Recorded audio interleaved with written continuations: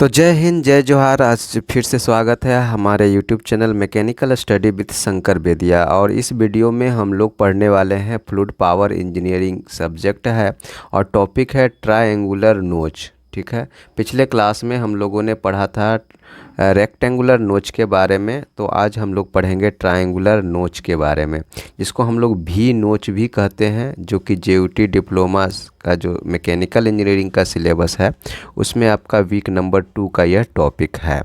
तो इसमें हम लोग पढ़ेंगे डिस्चार्ज थ्रू ट्रायंगुलर या फिर भी नोच और इससे रिलेटेड न्यूमेरिकल्स प्रॉब्लम को हम लोग जो है कवर करेंगे। तो यह टॉपिक जो है आज आपका बिल्कुल कवर होने वाला है, तो वीडियो को पूरा और बहुत ही कंसेप्ट के साथ ज़रूर देखिएगा।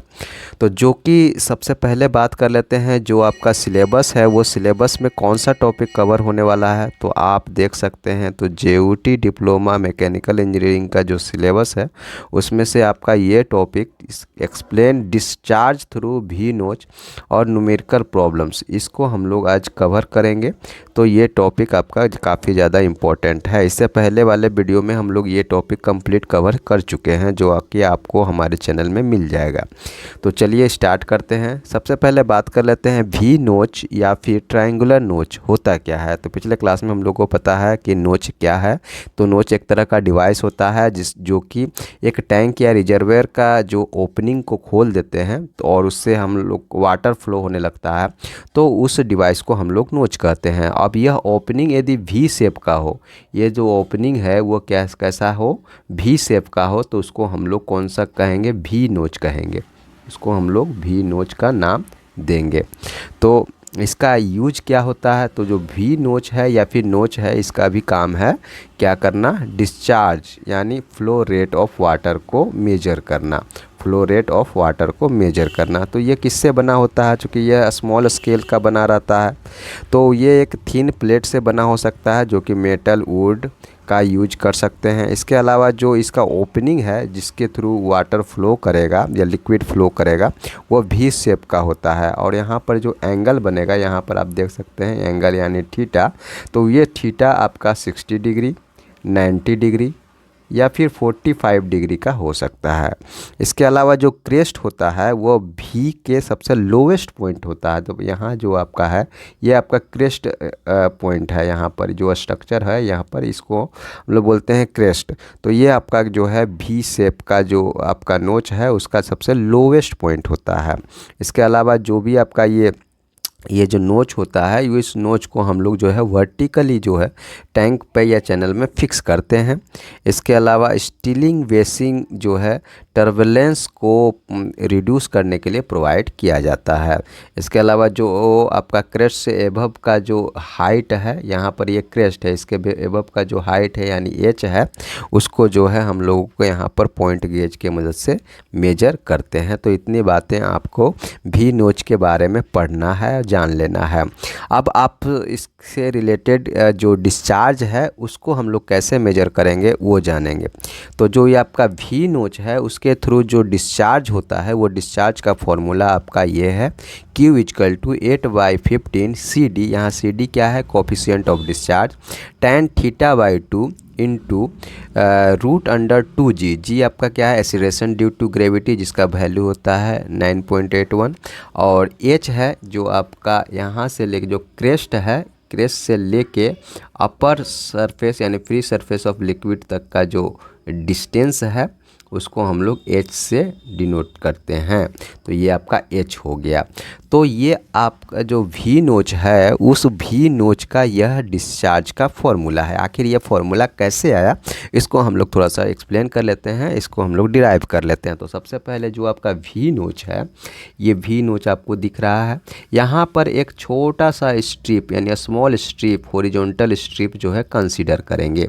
कहाँ से, तो जो आपका फ्री सरफेस ऑफ लिक्विड है वहाँ से H डिस्टेंस पर जो है एक क्या करेंगे, एक small strip horizontal small strip जो है कंसीडर करेंगे। अब इस स्मॉल स्ट्रिप पर जो डिस्चार्ज निकालेंगे, अब इस स्मॉल स्ट्रिप का जो डिस्चार्ज को इंटीग्रेट कर देंगे तो पूरा नोच का डिस्चार्ज निकल जाएगा। तो ये हमारा टारगेट है।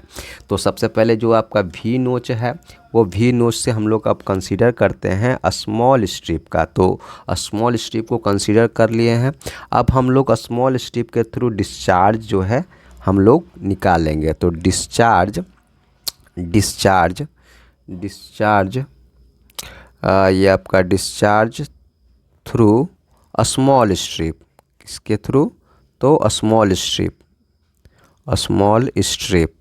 और जो आपका डिस्चार्ज होता है वो क्या होता है? Area into velocity. तो एरिया ऑफ स्ट्रिप क्या हो जाएगा? Area of strip multiply with velocity of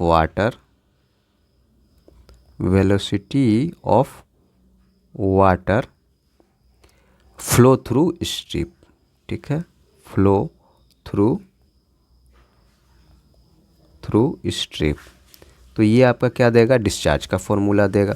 अब चूँकि यह स्मॉल स्ट्रिप जो लिए हैं वह उसका डिस्चार्ज क्या है? तो वो आपका यहाँ पर लिए हैं जो कि फ्री सरफेस से h डिस्टेंस पर। आप इस स्मॉल स्ट्रिप को यहाँ पर भी ले सकते हैं, यानी ये वेरिएबल है। तो इसको हम लोग जो आपका स्मॉल स्ट्रिप का डिस्चार्ज है उसको dq से डिनोट कर रहे हैं। एरिया ऑफ स्ट्रिप, कोई भी एरिया है, ये एरिया किस तरह का है? तो यह एक रेक्टेंगुलर शेप में होगा। तो रेक्टेंगुलर शेप का एरिया क्या होगा? तो दो डायमेंशन का मल्टीप्लाई। तो मल्टीप्लाई इनटू 2 डायमेंशन। तो एक डायमेंशन जो है यहाँ पर इसका जो चौड़ाई है वो हम लोग डी जो है लेते हैं, क्योंकि आपका ये चौड़ाई हो गया डी।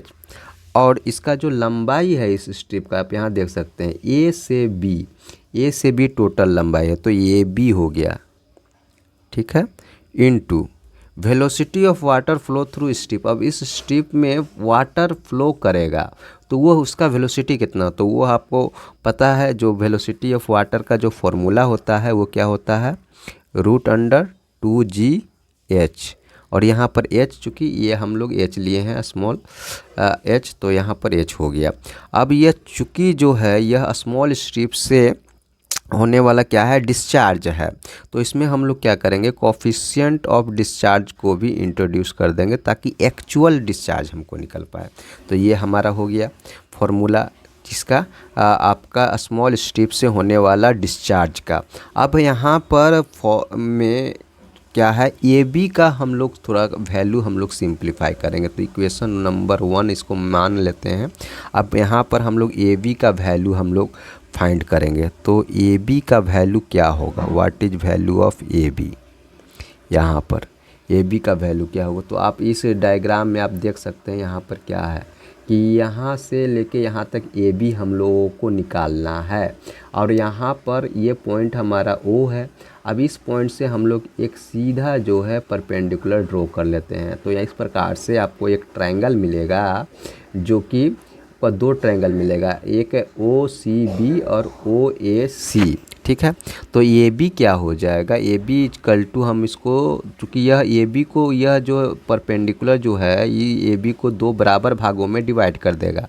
यानी जो ए बी होगा, ए बी बराबर 2 इंटू सी बी लिख सकते हैं, बिल्कुल लिख सकते हैं, कोई दिक्कत नहीं है। आप यहाँ डायग्राम पे देख सकते हैं ए बी जो बराबर जो है वो 2 into C B, 2 C B को यदि 2 गुना कर दें तो ए बी का वैल्यू हमको निकल जाएगा। अब हमको चाहिए सी बी का वैल्यू। अब सी बी का वैल्यू फाइंड आउट करने के लिए इन टर्म्स ऑफ थीटा आपको एक ट्रायंगल लेना होगा। तो राइट एंगल ट्रायंगल हम लोग कंसिडर कर रहे हैं ओ सी बी क्या है? हमारा राइट एंगल ट्रायंगल है। ठीक है, अब यहाँ पर आपको दिख रहा होगा राइट एंगल ट्रायंगल इस तरह से है ओ सी बी। ठीक है, यहाँ पर ये जो है ये पहले ये कंप्लीट थीटा था, अब क्या हो जाएगा? ये आधा हो गया तो ये θ/2 हो जाएगा। तो ये θ/2 हो गया। ये पॉइंट है आपका सी, ये पॉइंट है बी और ये पॉइंट है ओ। अब आपको चाहिए सी बी चाहिए, तो सी बी के लिए थीटा के सामने हमेशा लंब होता है और ये हो गया आधार। तो लंब और आधार के बीच जो रिलेशन है वो बताता है tan। तो tan थीटा बाय 2 यदि हम कंसीडर करते हैं tan थीटा बाय 2, तो यहाँ पर आ जाएगा सी बी जो कि लंब है यानी परपेंडिकुलर है, और जो बेस है वो है ओ सी। तो tan theta by 2 is equal to C B. अब जो है यहाँ ओ सी को आप क्या देख पा रहे हैं, तो देखिए ओ सी जो है, ओ सी को हम यहाँ पर लिख सकते हैं, क्या लिख सकते हैं, तो ये टोटल जो है, टोटल हाइट कितना है h है, और ऊपर से यहाँ पर यहाँ से लेके यहाँ तक का जो है हाइट है वो स्मॉल h है। तो हमको चाहिए ये वाला हाइट, तो पूरा में से स्मॉल h को घटा देंगे, यानी ओ सी बराबर हमारा क्या हो जाएगा, कैपिटल H टोटल हाइट में से स्मॉल h को घटा देंगे, तो ये हमारा ओ सी का वैल्यू हो जाएगा। तो ओ सी के जगह पर हम लोग क्या लिख सकते हैं, H capital H minus small h। तो यहाँ से सी बी का वैल्यू हमारा क्या आ गया, C B is equal to capital H minus small h into tan theta by 2। ये आपका क्लियर हो गया। तो सी बी का वैल्यू हमारा tan थीटा बाई 2 हो गया। तो ए बी का वैल्यू हमारा क्या आ जाएगा, ए बी बराबर 2 इंटू सी बी, तो 2 into h minus capital H small H into tan theta by 2। ये हमारा ए बी का वैल्यू आ गया। तो इक्वेशन 1 बिकम्स क्या हो जाएगा, सो इक्वेशन 1 बिकम्स क्या हो जाएगा, जिसमें हम लोग ए बी का वैल्यू रखेंगे, तो डी क्यू यहाँ पर डी क्यू। अब देखिए यहाँ पर क्या है, डी एच, इसको हम लोग सी डी पहले लिख लेते हैं ना, तो C D into D H, और ए बी के जगह पर हम लोग क्या लिखेंगे, तो ये लिखेंगे ये पूरा टर्म, तो ये हो जाएगा 2 into h minus small h tan theta by 2। ये आपका ए बी का वैल्यू आ जाएगा। ए बी का वैल्यू आ गया, उसके बाद root under multiply with root under 2GH हो जाएगा। ये आपका डी क्यू का वैल्यू आ गया। ये टोटल वैल्यू आपका डी क्यू का है, यानी इस स्मॉल स्ट्रिप से होने वाला डिस्चार्ज का वैल्यू है। अब हम पूरा नोच में डिस्चार्ज निकालेंगे, तो क्या करेंगे, इसको ये जो स्मॉल स्ट्रिप है उसको इंटीग्रेट कर देंगे 0 से लेके कैपिटल H तक। तो डिस्चार्ज अब हम लोग निकालेंगे, टू डिस्चार्ज थ्रू होल नोच, कंप्लीट जो नोच है उसके थ्रू डिस्चार्ज निकालना है। तो हम क्या करेंगे, इंटीग्रेट कर देंगे किसको, डी क्यू को इंटीग्रेट कर दिए, तो यहाँ पर भी इंटीग्रेशन लगा देंगे। तो C D into D H into 2 into h minus small h tan theta by 2 into root under 2GH। Clear है। अब चूंकि इंटीग्रेशन हम लोग कहाँ से, तो टोटल हाइट तक का इंटीग्रेशन कर रहे हैं, मतलब 0 से लेके h तक का इंटीग्रेशन कर रहे हैं। तो इसका इंटीग्रेशन यदि, तो डिफ्रेंशिएशन का साइन हट जाएगा, यानी कैपिटल Q आ जाएगा। अब जो इसमें कौन कौन सा जो है आपका जो है वेरिएबल टर्म है, कांस्टेंट टर्म है, तो सी डी जो है कांस्टेंट टर्म है, बाहर निकाल लेते हैं। 2 जो है कांस्टेंट टर्म है, बाहर निकाल लेते हैं। ठीक है। अब जो है tan थीटा बाई 2, ये भी आपका कांस्टेंट टर्म है, इसको भी बाहर निकाल लेते हैं। बचा क्या, बचा हमारे पास, अच्छा यहाँ से आप क्या निकाल सकते हैं, यहाँ से आप रूट 2G निकाल सकते हैं, तो इंटू रूट 2G आप निकाल सकते हैं यहाँ पर। तो ये हम लोग निकाल सकते हैं। तो बचेगा यहाँ पर क्या, इंटीग्रेशन ऑफ 0 से h, अंदर में बचेगा आपका h माइनस स्मॉल h। अच्छा, और इधर का जो h था, तो h का पावर चूँकि रूट है तो 1/2 हम लोग लिख सकते हैं पावर, और ये dh जो बचा इंटू dh। तो ये इतना चीज़ को हम लोग को क्या करना है, इंटीग्रेशन करना है। अब जो देखिए कि अब इंटीग्रेशन का आगे का स्टेप लेते हैं, तो ये आपका हो जाएगा 2CD into tan θ/2 into root under 2g। अब जो है इंटीग्रेशन करते हैं, इंटीग्रेशन a⁴n का इंटीग्रेशन। तो सबसे पहले इसको जो है इसको तोड़ ले, इसको अंदर से मल्टीप्लाई कर देते हैं, है ना। तो ये आपका हो जाएगा capital H into small h to the power 1/2। ठीक है, इसको इससे मल्टीप्लाई कर दिए, फिर इसको इससे मल्टीप्लाई करेंगे स्मॉल h से। तो h जब इसको इससे मल्टीप्लाई करेंगे तो 1 + 1/2, इसको डायरेक्टली हम 3/2 लिख सकते हैं। चूँकि आधार सेम रहता है तो घात जुटता है। तो ये हम लिख सकते हैं इसको ब्रैकेट क्लोज dh पर से इसका इंटीग्रेशन है 0 से h तक। तो ये हमारा हो गया। नेक्स्ट स्टेप में हम इसको आगे और ले चलते हैं। तो q = हमारे पास वैल्यू था 2 into CD multiply with tan θ/2 into root 2g। ठीक है, और integration of 0 to capital H small h to the power 1/2 minus small h to the power 3/2 bracket close dh। अब इसको हम लोग को इंटीग्रेशन करना है। तो q = 2 into CD into tan θ/2 into root 2g। अब देखिए यहाँ पर इसको इंटीग्रेट करना है। तो इसको इंटीग्रेट करने के लिए क्या होगा, ये h तो हमारा कांस्टेंट टर्म है तो h बाहर हो जाएगा। जब इसका इंटीग्रेशन करेंगे स्मॉल h का तो h टू द पावर 1/2 + 1, तो ये आपका 3/2 हो जाएगा। अब जो 3/2 होता है वो आपका नीचे भी चला जाता है 3/2। ये आपका इंटीग्रेशन का फॉर्मूला है। ठीक है, ये हो गया माइनस। अब देखिए यहाँ पर h 3/2 है, h टू द पावर 3/2। अब h को h के रेस्पेक्ट में इंटीग्रेशन करना है तो 3/2 + 1 होगा।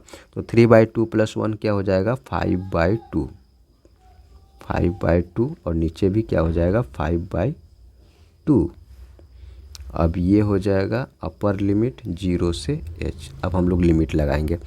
q = 2 into CD into tan θ/2 into root 2g। ठीक है, अब जो है इसको हम लोग ये आपको इस टर्म में लिख सकते हैं 2/3 लिख सकते हैं बिल्कुल। अब जो है अपर लिमिट मतलब ये h, ये स्मॉल h है, स्मॉल h से हम लोग इंटीग्रेशन कर रहे हैं तो ये अपर लिमिट h हो, तो h के स्मॉल h के जगह कैपिटल H हो जाएगा। तो यहाँ पर जो कैपिटल H है तो कैपिटल H का पावर 3/2 है, यहाँ पर 1 है तो दोनों को जोड़ देंगे क्योंकि आधार सेम तो घात जुटेगा। तो h capital H to the power 5/2 हो जाएगा माइनस। अब देखिए यहाँ पर नीचे है तो नीचे को ऊपर ले जाएंगे तो 2/5 आ जाएगा। अब ये अब जो है कैपिटल H हो जाएगा तो कैपिटल H 5/2, ये अपर लिमिट। और लोअर लिमिट यदि हम करेंगे माइनस लोअर लिमिट होता है, देखो यहाँ पर 0 पुट करेंगे तो ये पूरा टर्म 0 हो जाएगा, फिर यहाँ पर भी 0 पुट करेंगे तो पूरा टर्म 0 हो जाएगा। तो ये हम लोग -0 को इसी प्रकार लिख देते हैं, छोड़ देते हैं। तो यहाँ पर आपका ये पूरा टर्म हो गया। तो q = आया 2 इंटू CD, है ना, into CD into tan θ/2 into root under 2g। अब h to the power 5/2 common हो जाएगा, दिख रहा है हमको तो कॉमन ले रहे हैं। यहाँ पर आ जाएगा 2/3 माइनस 2/5। क्लियर है, सिंप्लीफाई करेंगे 2 into CD into tan θ/2 into root 2g h to the power 5/2। अब इसको जो है एलसीएम लेंगे तो कितना आ जाएगा 15, तो 10 माइनस 6, तो ये हो जाएगा हमारा 4/5। 15 यानी 4/15। तो Q इजकल टू, चूँकि 4 ऊपर आएगा और यहाँ 2 है तो 8 आ जाएगा। तो 8/15 लिख देते हैं डायरेक्ट यहाँ पर, CD into tan θ/2 into √2g into h⁵ 5/2। तो देखिए ये हमारा फॉर्मूला हो गया, जो कि यही फॉर्मूला हमको प्रूव करना था। तो इस तरह से जो V नोच है उसके थ्रू जो डिस्चार्ज है वो डिस्चार्ज का फॉर्मूला हमारा यहाँ पर आ चुका है। अब जो है एक और कंडीशन लेते हैं। कंडीशन यह है कि जो आपका थीटा है वो थीटा 90 डिग्री हो, यानी जो V नोच है वो राइट एंगल V नोच हो। यदि थीटा बराबर 90 डिग्री और जो कोफिशिएंट ऑफ डिस्चार्ज है वो जनरली जो है टेक करते हैं 0.6। जब ऐसा कंडीशन अप्लाई करते हैं तो Q का वैल्यू क्या आएगा देख लेते हैं, 18/15। CD जो है उसके जगह पर 0.6 लिखेंगे। tan, अब थीटा के जगह पर 90/2 यानी ये कट जाएगा तो 45, एंड tan 45 का वैल्यू 1 होता है, इंटू 2g का वैल्यू 9.8, 1 इंटू h⁵ 5/2। अब ये पूरा का कैलकुलेट जब हम लोग करेंगे, इस पूरा का यहाँ से लेके यहाँ तक का जो आप कैलसी से कैलकुलेट करेंगे तो वैल्यू आएगा 1.417, ठीक है, h⁵ 5/2। तो इस प्रकार से जो है यदि आपका V नोच में राइट एंगल V नोच हो और कोफिशिएंट ऑफ डिस्चार्ज 0.6 है तो ये वाला फॉर्मूला हम लोग डायरेक्टली अप्लाई कर सकते हैं। अब जो है इस टॉपिक से रिलेटेड न्यूमेरिकल प्रॉब्लम पर आते हैं। तो क्या है प्रॉब्लम? प्रॉब्लम यह है कि डिस्चार्ज ओवर ए ट्रायंगुलर नोच निकालना है। एंगल दिया हुआ है वो है 60 डिग्री, यानी थीटा का वैल्यू दिया हुआ है आपका 60 डिग्री। इसके अलावा जो हेड ओवर V नोच इज 0.3, यानी जो आपका कैपिटल H है वो दिया हुआ है 0.3। इसके अलावा जो CD है कोफिशिएंट ऑफ डिस्चार्ज वो दिया हुआ है 0.6। बस आपको डिस्चार्ज निकालना है, डायरेक्टली फार्मूला अप्लाई कर देंगे। फार्मूला होता है V नोच का 8/15 CD into tan θ/2 into √2g into h⁵ 5/2। तो Q इजकल टू 8/15, CD के जगह पर हम रखेंगे 0.6, tan थीटा 60/2 तो 30 डिग्री हो जाएगा यहाँ पर, इंटू √g का वैल्यू 9.81 इंटू h का हाइट जो है वो 0.3 है, टू द पावर कितना है हमारा 5/2 होता है फॉर्मूला में, तो ये आपका 0.3 टू द पावर 5/2। इस प्रकार से जो आपका Q का वैल्यू है वो Q का वैल्यू आपका जो है वो आ जाएगा यहाँ पर। जब आप इसको कैलकुलेट करेंगे तो आपका Q का वैल्यू आपका क्या आ जाएगा, 0.040 है ना, मीटर क्यूब पर सेकंड। तो ये आपका आंसर हो जाएगा। बहुत ही सिंपल है, कंसेप्ट से पढ़िए। यदि आप डेरिवेशन को पता है कि किस प्रकार से डेरिवेशन आया है तो ये डेरिवेशन का फॉर्मूला भी याद रहेगा, डायरेक्टली आप इसको अप्लाई कर सकते हैं। तो यह था आज का यह कंप्लीट वीडियो का यह टॉपिक। उम्मीद करता हूँ आपको ये पसंद आ रहा होगा, और इसी प्रकार से हम लोग सिलेबस को आगे तक हर टॉपिक वाइज जो है कवर करते चलेंगे। यदि आप हमारे चैनल पर नए हैं तो ज़्यादा से ज़्यादा इस चैनल को शेयर कर लें और सब्सक्राइब ज़रूर कर लें। तो मिलते हैं नेक्स्ट वीडियो में, तब तक के लिए जय हिंद, जय जोहार।